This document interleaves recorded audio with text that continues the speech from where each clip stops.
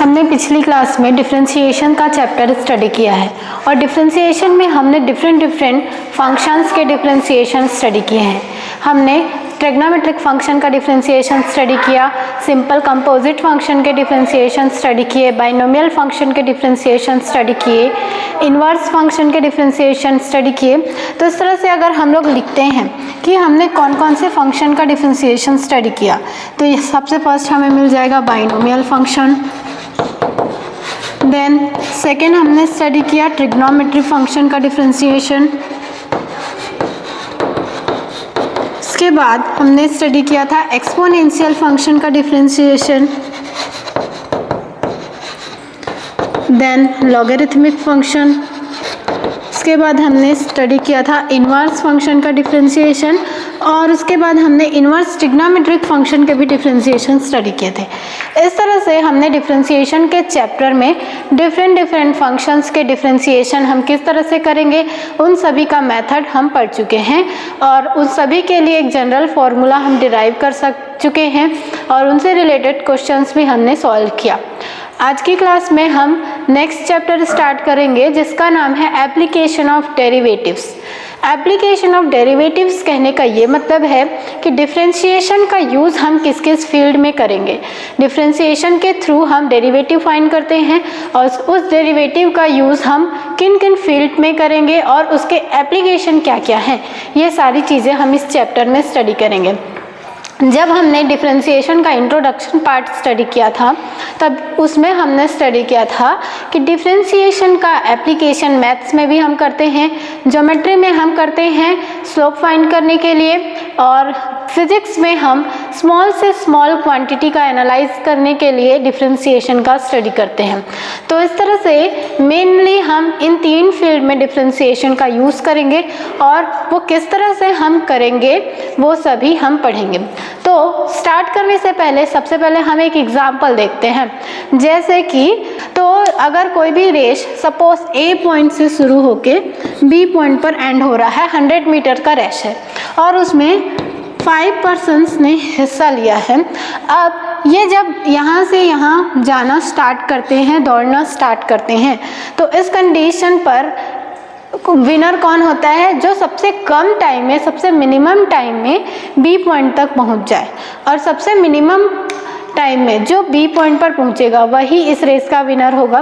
तो इस कंडीशन पर हम ये देखेंगे कि जो विनर है वो किस स्पीड से दौड़ा है, उसके दौड़ने की स्पीड क्या थी कि वो सबसे मिनिमम टाइम में पहुंच गया।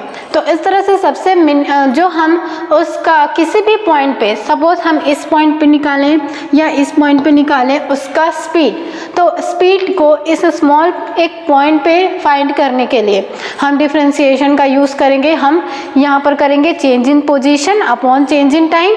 उस जो मिनिमम टाइम में पहुँचेगा उसी से रिलेट करके हम इसका स्पीड फाइंड कर लेंगे।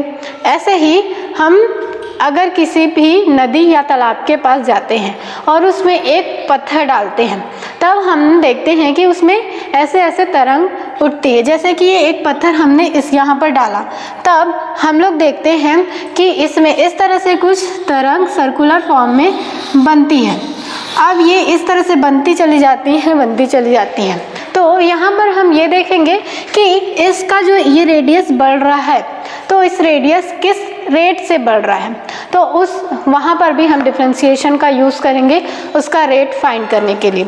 अब हम एक और एग्जांपल देख सकते हैं। अगर हम एक स्फीयर लेते हैं, सपोज ये एक स्फीयर है और ये आइस का स्फीयर है और आइस धीरे धीरे मेल्ट हो रही है, तो उस कंडीशन पर ये जो स्फीयर है, स्फीयर का रेडियस कम होता जाएगा क्योंकि आइस मेल्ट होती जा रही है। तो उस कंडीशन पर हम ये भी फाइंड कर सकते हैं कि वो आइस किस रेट से मेल्ट हो रही है। जिस रेट से वो मेल्ट होगी उसी रेट से उसका रेडियस कम होगा।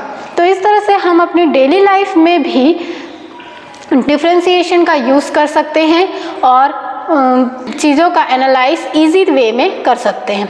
ठीक है, इसी तरह से शेयर मार्केट में भी डिफरेंशिएशन का यूज़ करते हैं और मेनली मैथमेटिक्स में ग्राफ्स का स्टडी करने के लिए डिफरेंशिएशन का यूज़ करते हैं। ज्योमेट्री में किसी भी ग्राफ का स्लोप फाइंड करने के लिए डिफरेंशिएशन स्टडी करते हैं। इस तरह से लॉट्स ऑफ एप्लीकेशन हैं डिफरेंशिएशन के, हमारे डेली लाइफ में भी, मैथमेटिक्स में भी, फिजिक्स में भी, और मार्केटिंग में अगर हम लोग देखें तो वहाँ पर भी।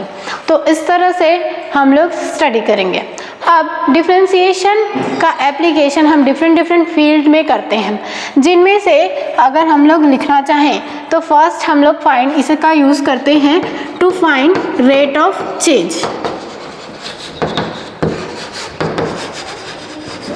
ये इसका फर्स्ट एप्लीकेशन हो गया। एप्लीकेशन ऑफ डेरिवेटिव का फर्स्ट एप्लीकेशन है to find the rate of change. Rate of change मतलब जैसे हमने यहाँ पर बात की कि इसका रेडियस किस रेट से कम होता जा रहा है, किस रेट से ये स्फीयर मेल्ट हो रहा है, तो उस तरह से रेट ऑफ चेंज फाइंड करने के लिए हम डिफरेंशिएशन का यूज़ करेंगे। सेकेंड हम लोग यूज़ करते हैं to find tangent and normal. किसी भी कर्व का टेंजेंट एंड नॉर्मल फाइंड करने के लिए हम डिफरेंशिएशन का यूज़ करते हैं। जैसे कि ये एक कर्व है, इसका जब हम टेंजेंट बनाएंगे तो टेंजेंट हमें इस तरह से मिलता है जो इसके किसी भी एक पॉइंट को टच करते हुए जाएगा। अब इस टेंजेंट का हम इस तरह से नॉर्मल बनाते हैं और इस टेंजेंट एंड नॉर्मल का इक्वेशन फाइंड करने के लिए to find equation, tangent and normal का इक्वेशन फाइंड करने के लिए हम डिफरेंशिएशन का यूज़ करते हैं। इसके बाद थर्ड एप्लीकेशन है इसका to find approximate values. Approximate values मतलब जैसे कि हमें यहाँ पर दिया हुआ है √0.99998 इस तरह से कोई टर्म दिया हुआ है। अब इसका वैल्यू हम अप्रॉक्सीमेट वैल्यू फाइंड करेंगे क्योंकि हम इसके एक्यूरेट वैल्यू नहीं बता सकते, तो इस कंडीशन पर हम इसकी वैल्यू डिफाइन करने के लिए डिफरेंशिएशन का यूज़ करेंगे। हम यहाँ पर एक एग्जांपल और देख सकते हैं। सपोज हमें दिया हुआ है 87 की पावर 102, तो अगर हम इसको सॉल्व करने जाएंगे तो ये काफ़ी कॉम्प्लिकेटेड होगा, तो इस कंडीशन पर भी हम डिफरेंशिएशन का यूज़ करके इसके अप्रॉक्सीमेट वैल्यू डिफाइन कर सकते हैं। तो ये 3 एप्लीकेशंस हो गए। इसके बाद इसका वन मोर एप्लीकेशन है to find turning point of a graph. किसी भी ग्राफ का टर्निंग पॉइंट फाइंड करने के लिए डिफरेंशिएशन का यूज़ करते हैं। क्योंकि कोई भी कर्व हमें स्मूथ नहीं मिलता, उसमें कुछ टर्न्स होते हैं और उस टर्न का पॉइंट फाइंड करने के लिए, सपोज यहाँ पर ये ग्राफ कुछ इस तरह से बना हुआ है, यहाँ पर इसका एक टर्निंग पॉइंट है, यहाँ पर एक टर्निंग पॉइंट है, तो ये सभी पॉइंट्स फाइंड करने के लिए डिफरेंशिएशन का यूज़ करते हैं। फिर इसका एक यूज़ ये है to find intervals on which function is increasing or decreasing. To find intervals in which function is increasing or decreasing. यहाँ पर हम लोग देखें तो हम जब ग्राफ बनाते हैं तो ये ग्राफ हमें इस तरह से मिलते हैं। यहाँ पर हम लोग देख रहे हैं कि ये इसकी मिनिमम वैल्यू है एंड ये इसकी मैक्सिमम वैल्यू है। तो इसके जहाँ पर फंक्शन इंक्रीजिंग है, मतलब हम यहाँ से देखें तो इस पॉइंट से इस पॉइंट तक अगर हम जाएं तो फंक्शन की वैल्यू इंक्रीज हो रही है, तो यहाँ पर फंक्शन इंक्रीजिंग फंक्शन है।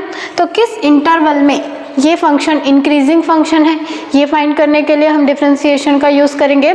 सिमिलरली कौन से इंटरवल में ये डिक्रीजिंग फंक्शन है, ये फाइंड करने के लिए हम डिफरेंशिएशन का यूज़ करेंगे। ऐसे ही हम इसका यूज़ करते हैं to find maxima and minima. Maximum value and minimum value find करने के लिए हम डिफरेंशिएशन का यूज़ करते हैं। इस तरह से लॉट्स ऑफ एप्लीकेशन हैं डिफरेंशिएशन के, जिसे हम इस चैप्टर में स्टडी करेंगे। वन बाय वन हम यहाँ पर स्टडी करेंगे। तो सबसे पहले हम लोग आज देखते हैं to find rate of change. Rate of change find करने के लिए डिफरेंशिएशन का या डेरिवेटिव का हम किस तरह से यूज़ करेंगे, जो इसका फर्स्ट एप्लीकेशन है।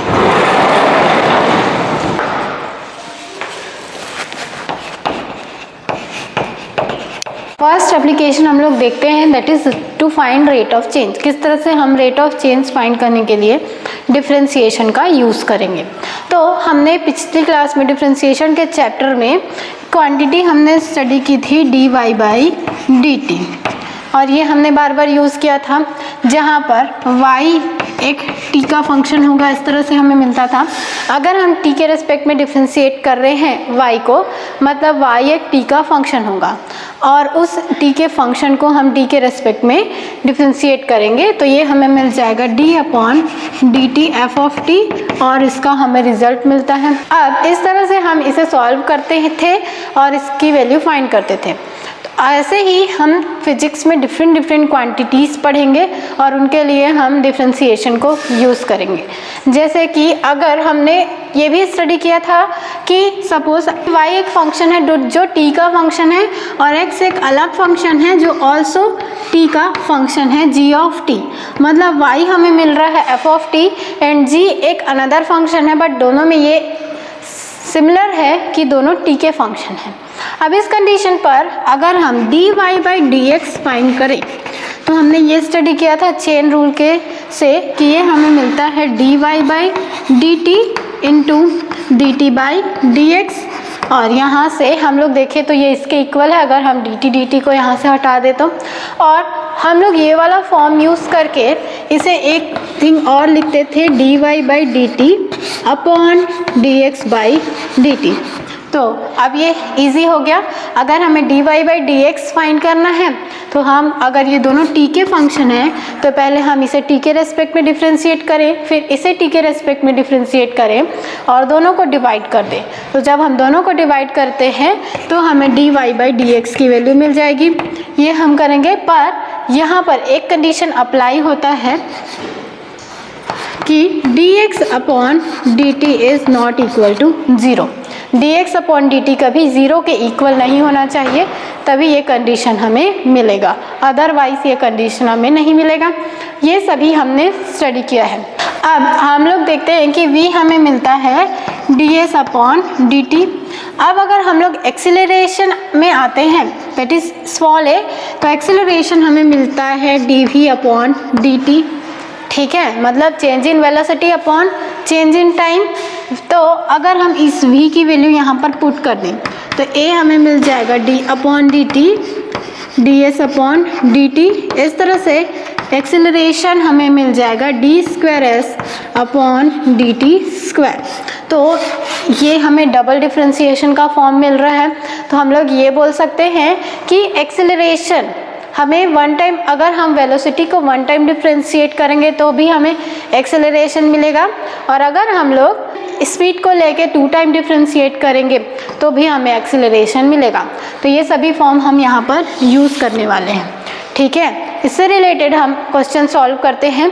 तो NCERT 6.1 का फर्स्ट क्वेश्चन देखते हैं। फर्स्ट क्वेश्चन हमें दिया हुआ है, find the rate of change of area of a circle with respect to radius.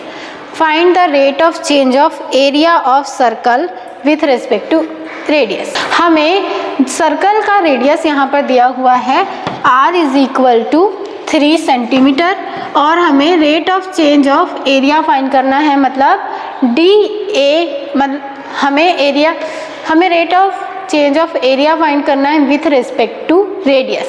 तो सबसे पहले हम लोग लिखते हैं एरिया ऑफ सर्कल। सर्कल का एरिया हमें मिलता है πr²। एरिया को हम a से डिनोट करते हैं, तो ये हमें मिल जाएगा πr²। अब हमें इसका रेट ऑफ चेंज फाइंड करना है विथ रिस्पेक्ट टू रेडियस। तो जिसके रिस्पेक्ट में हमें एरिया, उसका रेट ऑफ चेंज फाइंड करना है, हम उसी के रिस्पेक्ट में डिफ्रेंशिएट करेंगे। तो यहाँ पर हम करेंगे differentiating with respect to r, that is radius. तो ये हमें मिल जाएगा dA/dr, और यहाँ पे हमें मिल जाएगा d/dr πr²। अब हम जब इसे डिफ्रेंशिएट करेंगे तो ये हमें मिल जाएगा dA/dr = pi is constant, and r² का डिफ्रेंशिएशन हमें मिल जाएगा 2r। ये हम पढ़ चुके हैं। अब हमें r की वैल्यू गिवन है, दैट इज़ 3 सेंटीमीटर। हम वहाँ पर पुट करते हैं, तो ये हमें मिल जाएगा 2 into 3 that is 6 pi। तो rate of change of area with respect to radius हमें मिल गया 6 पाई। अब इसका यूनिट हमें क्या मिलेगा, तो चूँकि ये rate of change of area with respect to time है तो ये हमें मिल जाएगा सेंटीमीटर स्क्वायर पर सेकेंड। ठीक है, तो rate of change of area with respect to time when r is equal to 3 centimetre is equal to 6 pi centimetre square per second. Next question देखते हैं। हमें दिया हुआ है the volume of a cube is increasing at a rate of 8 centimetre cube per second. How fast is the surface area increasing when the length of edge is 12 centimetre. यहाँ पर हमें rate of change of volume with respect to time t is given है। यहाँ पर हमें rate of change of volume with respect to time दिया हुआ है 8 सेंटीमीटर क्यूब पर सेकेंड और एज की वैल्यू हमें गिवन है 12 सेंटीमीटर। हमें फाइंड करना है ds अपॉन dt मतलब चेंज इन सरफेस एरिया। तो अगर हम वॉल्यूम को देखें तो वॉल्यूम का फॉर्मूला हमें मालूम है a क्यूब, ये होता है मतलब एज का क्यूब। अगर हम v की प्लेस पे ये वैल्यू पुट कर दें तो ये हमें मिल जाएगा dA cube upon dt is equal to 8। इसे हम सॉल्व करते हैं तो यहाँ से हमें मिल जाएगा 3a square into D A upon D T, क्योंकि ये a का फंक्शन है और ये t है तो इसे हम इस तरह से लेंगे इज इक्वल टू 8। तो D A upon D T हमें मिल जाएगा 8 अपॉन 3a स्क्वायर। यहाँ पर a की वैल्यू हमें 12 गिवन है वो पुट करते हैं तो ये हमें मिल जाएगा 8 अपॉन 3 इंटू 12 स्क्वायर। तो ये हमें मिल जाएगा 8 अपॉन 3 इंटू 144। ये हमें मिल गया D A upon D T की वैल्यू। ठीक है, अब इसके बाद हमें फाइंड करना है D S upon D T मतलब change in surface area with respect to time. और हमें डी एस हमें सरफेस एरिया एस का फॉर्मूला मालूम है 6a स्क्वायर, ये हम 9th क्लास में स्टडी कर चुके हैं। अब अगर हम इसे t के रेस्पेक्ट में डिफ्रेंशिएट कर दें तो ये हमें मिल जाएगा ds upon D T is equal to 6 is constant d upon D T A square. जब सॉल्व करेंगे तो ये हमें मिल जाएगा 2a da upon D T. D A upon D T की वैल्यू यहाँ से हम पुट कर सकते हैं तो ये हमें मिल जाएगा 6 इंटू 2 इंटू 12 क्योंकि a की वैल्यू 12 है and D A upon D T की वैल्यू हमें मिल जाएगी 8 अपॉन 3 इंटू 144। जब हम इसे सॉल्व करेंगे तो ये हमें मिल जाएगा 8 अपॉन 3 और यही वैल्यू हमें फाइंड करनी थी D S upon D T की। D S upon D T की वैल्यू हमें ये मिल गई। अगर हम इसका यूनिट लिखेंगे तो ये हमें मिल जाएगा सेंटीमीटर स्क्वायर पर सेकेंड। तो rate of change of surface area हमें मिल रहा है 8 upon 3 centimetre square per second. ठीक है, इसके बाद नेक्स्ट क्वेश्चन देखते हैं। हमें दिया हुआ है the radius of a circle is increasing uniformly eight a rate of 3 centimetre per second. हमें कि एक सर्कल के रेडियस की वैल्यू गिवन है और वो रेडियस इंक्रीज हो रहा है 3 सेंटीमीटर पर सेकेंड की रेट से। ठीक है, हमें दिया हुआ है find the rate at which area of circle is increasing when radius is equal to 10 centimetre. हमें फाइंड करना है change in area with respect to time. ठीक है, तो हमें एरिया का फॉर्मूला मालूम है पाई आर स्क्वायर सर्कल का एरिया और जब हम इसे टी के रिस्पेक्ट में डिफ्रेंशिएट कर देंगे D A upon D T तो ये हमें मिल जाएगा T upon D T R square का डिफ्रेंशिएशन हमें मिल जाएगा 2r and D are upon D T क्योंकि r t का फंक्शन नहीं दिया हुआ है हमें। अब हम यहाँ पर वैल्यू पुट करते हैं r की and D R by D T की तो ये हमें मिल जाएगा 2 into 10 into 3 that is 60 pi centimetre square per second. ये वैल्यू हमें मिल रही है D A upon D T की और यही वैल्यू हमें फाइंड करनी थी rate of change of area with respect to time. इसके बाद नेक्स्ट क्वेश्चन देखते हैं। हमें दिया हुआ है an edge of variable cube is increasing at a rate of 3 centimetre per second. हम क्यूब स्टडी कर चुके हैं। क्यूब का स्ट्रक्चर हमें कुछ इस तरह से मिलता है। ये ये क्यूब हमें इस तरह से मिलता है। हमें दिया हुआ है कि इसका एज वेरिएबल है, मतलब ये चेंज हो रहा है और इसका जो एज है वो 3 सेंटीमीटर पर सेकेंड की रेट से इंक्रीज़ हो रहा है। अगर हम एज को a मान लें तो d, अगर हम इस एज की वैल्यू को a मान लें तो dA/dt की वैल्यू हमें गिवन है 3 सेंटीमीटर पर सेकेंड।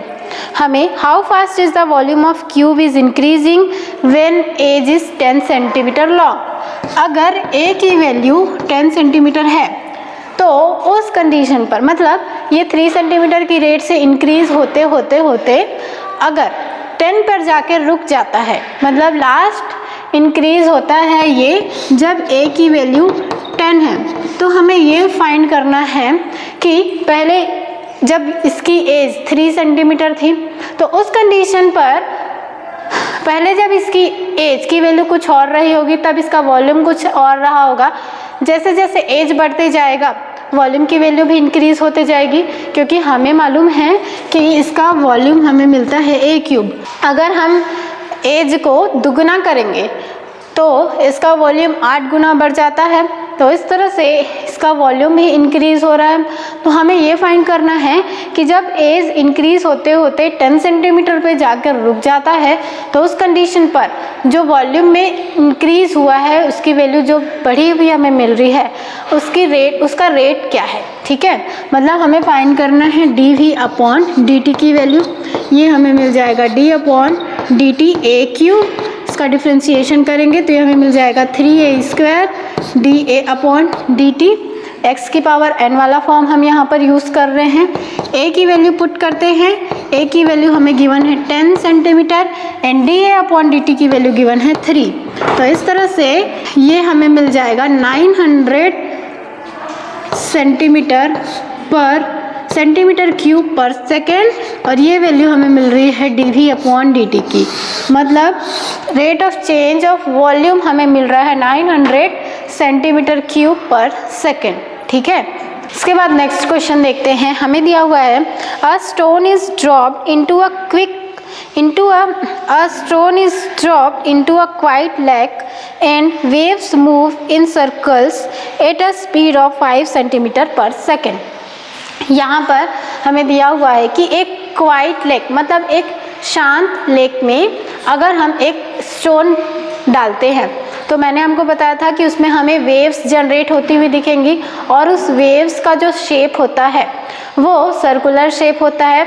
तो वही हमें यहाँ पर दिया हुआ है और वो जो सर्कल है उसका जो शेप है वो इंक्रीज हो रहा है और उसके इंक्रीज होने की रेट हमें गिवन है 5 सेंटीमीटर पर सेकेंड।